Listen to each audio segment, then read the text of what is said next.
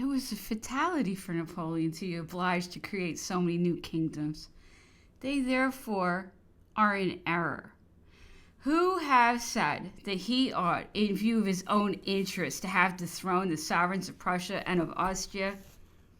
When he occupied their capitals, the emperor, by so doing, would only have increased his embarrassments and the number of his enemies, for those sovereigns were beloved by their subjects, and besides, whom could he put in their places? Men beyond the Rhine do not like governments imposed by us any better than we like those which enemies impose upon us. Remember that in 1808, Napoleon thought it necessary to change the dynasty of a great nation? That dynasty had so degenerated that it approved of its own removal. The country whose lot should be placed in the hands of the emperor was that for the regeneration of which French influence was most necessary. Nevertheless, all Spain rose to reclaim the monarch whom a foreign power had taken away.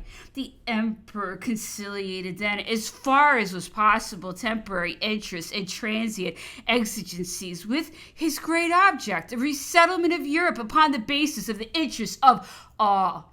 But fate seemed always to force him into new wars, and as if it was not enough that he had liberated from the trammels of past ages Italy, Switzerland, and Germany, it was necessary that he should conduct his armies under the burning sky of Andalusia and through the snows of Russia, and that his legions, like those of Caesar, should even in dying leave as traces of their passage the germs of a new civilization. In 1812, the contest became more terrible. In order that the general peace might be established and consolidated, it was necessary that England in the west and Russia in the east should be persuaded by reason or subdued by victory. The great designs of the emperor were about to be accomplished. The west of Europe marched upon Moscow, but alas, a winter changed all. Napoleonic Europe could no longer exist. From the grandeur of the failure, form an idea of the gigantic result of success.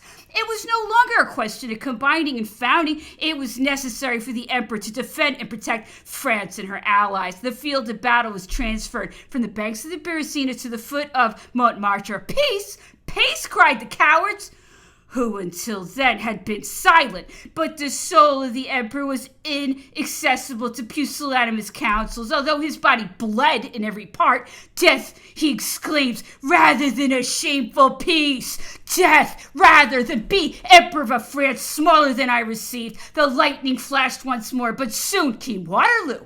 Here every French voice is choked and finds no longer anything but tears. Tears for the vanquished and tears for the victors, who will sooner or later regret the overthrow of the only man who could mediate between two hostile ages. All our wars are attributable to England. She never would listen to any propositions of peace. Did she believe that the emperor desired her ruin? He never entertained such a thought. He did but make reprisals. The emperor esteemed the English people, and to secure peace would have made every sacrifice except such as would compromise his honor. In 1800, the first consul wrote to the King of England, "Shall the war, which for 8 years has ravaged the four corners of the earth, be eternal?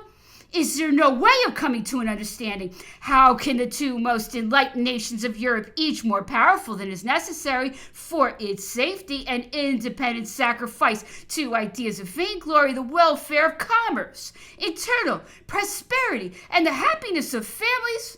How is it that they do not feel that peace is the first of necessities, as it is the first of glories?"